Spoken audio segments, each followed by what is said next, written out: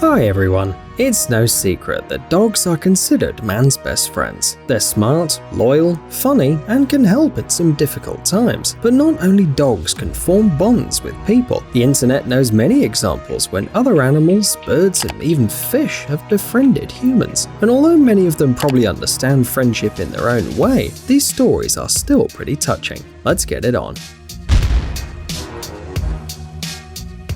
Big Bird the Pelican.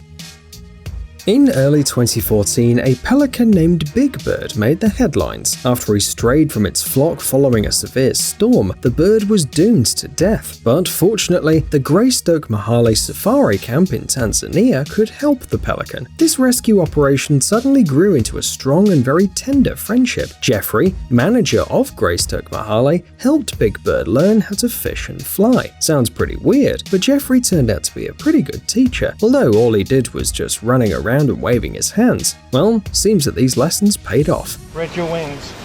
Spread your wings. My plane. Thanks to the care of safari camp employees, the pelican quickly grew and regained its strength. It soon weighed 12 kilograms. In addition to the usual skills necessary to survive in the wild, Big Bird also learned to steal sunglasses and magazines. He became a real member of the family and a beloved pet. Although people hoped that over time the pelican would be able to rejoin his flock, this did not happen. Tragically, the bird died during a boat accident. Asian sheepshead wrasse.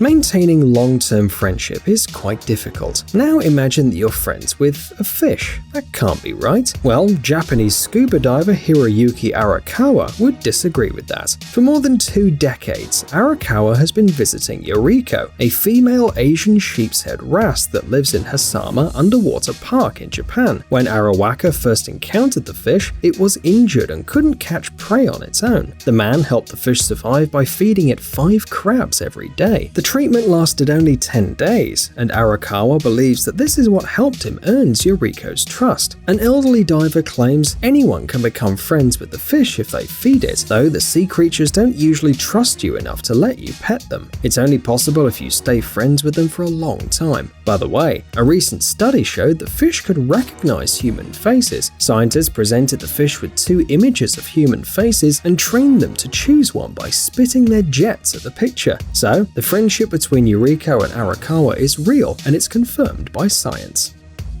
Jessica the hippo.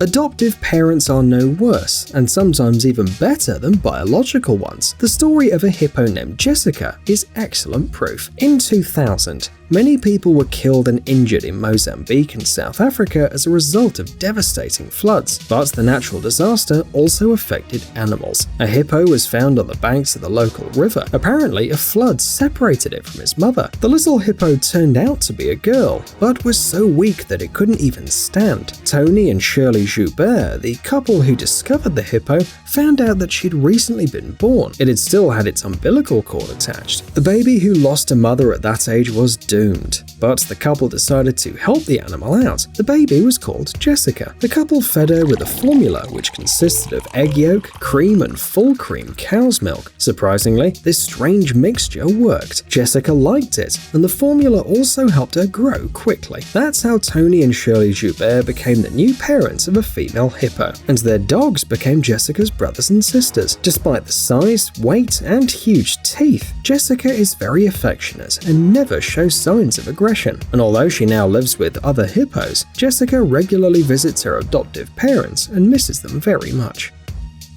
Maria the Goose. Once a former salesman, Dominic Erler, was taking his regular walk at the park near the lake when an unusual admirer took him by surprise. It's not clear why, but on that day, a goose suddenly began to follow him. No one really knows why Maria was so drawn to this particular person, but on that day, an unusual friendship was born. Erler fed the goose, and soon she began to constantly follow him in the park, and even got jealous sometimes. The bird drove not only dogs, but even other visitors away from Erler. Maria even tried to follow her new friend to his house. Nothing could ruin their friendship. After all, you can't hide from geese that easily. About a year later, Mary and the remaining permanent residents of the lake were temporarily relocated to the Los Angeles Zoo while the park was renovated. Erla continued to visit the goose at the zoo and said that he wanted to be friends with her wherever the bird goes. But then an unexpected thing happened. Vets at the zoo suddenly found out that Maria had been a male all this time. Well, could it be a bromance? The bird was renamed from Maria to Mario, but this didn't change the relationship between the two friends. Fagin the crow. Crows are believed to be unusual and exotic pets, but the bird named Fagin isn't just a pet. Vicky Kenwood found the little bird after it fell out of its nest and saw that it was seriously wounded. Keep in mind that animal experts recommend carrying little birds only if they have been wounded or abandoned by their mother, but Vicky didn't hesitate a second. She carefully brought the injured little crow home and began to take care of it. The woman thought that it would fly away once it got better, but that didn't happen. The crow named Fagin could now fly wherever it wanted to and return to the wild at any moment, but it doesn't seem to like that he's going to leave Vicky. Perhaps Fagin doesn't even realize that he's a crow. He often chills with Vicky's dog at her house and follows them on walks. He doesn't even fly like a normal crow. Vicky says that Fagin considers flying as an extremely entertaining sport. His mum wouldn't come down, so I decided to take him home with me, and he's been with me ever since.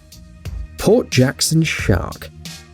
Of all the animals on our planet, sharks are probably the least likable. Thanks to movies like Jaws, we consider them dumb, bloodthirsty, and merciless predators who only see us as a snack.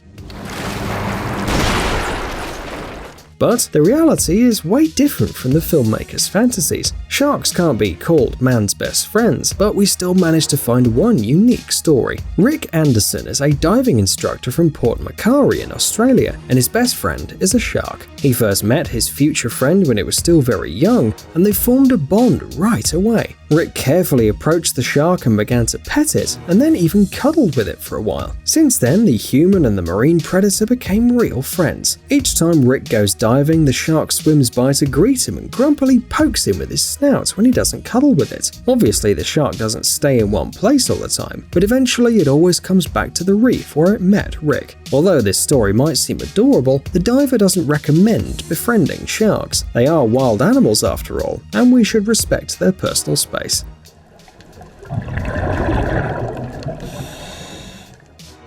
Brutus the grizzly bear. Brutus was born in captivity and spent the first months of his life in a metal cage. There were too many animals in the wildlife park, so Brutus was about to be euthanized, but the naturalist Casey Anderson came to the rescue. He didn't just take the little cub away, he basically adopted him, because they're more than just a pet and an owner.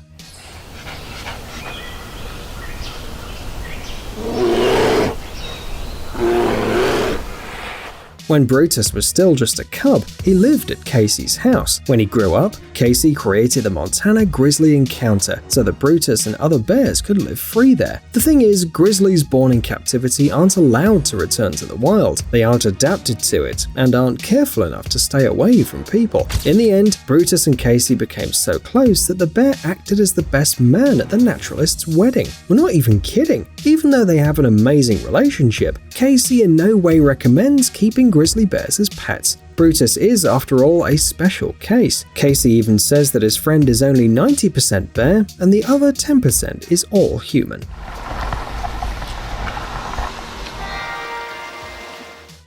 Kiara the lioness.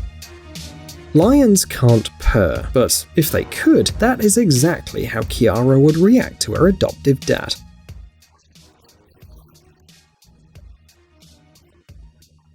Kiara was just a cub when Adolfo came into her life. He fed the little lion, cared for her, and played with her, so eventually the two formed a strong emotional bond. So strong that even years later, when Kiara was already a big lion, she still remembered her human father. Not just remembered though, she still loves him and is always ready to nuzzle into him like a giant pet cat. Let's be honest, Kiara is a strong, fierce predator, but just listen to her growling with pleasure.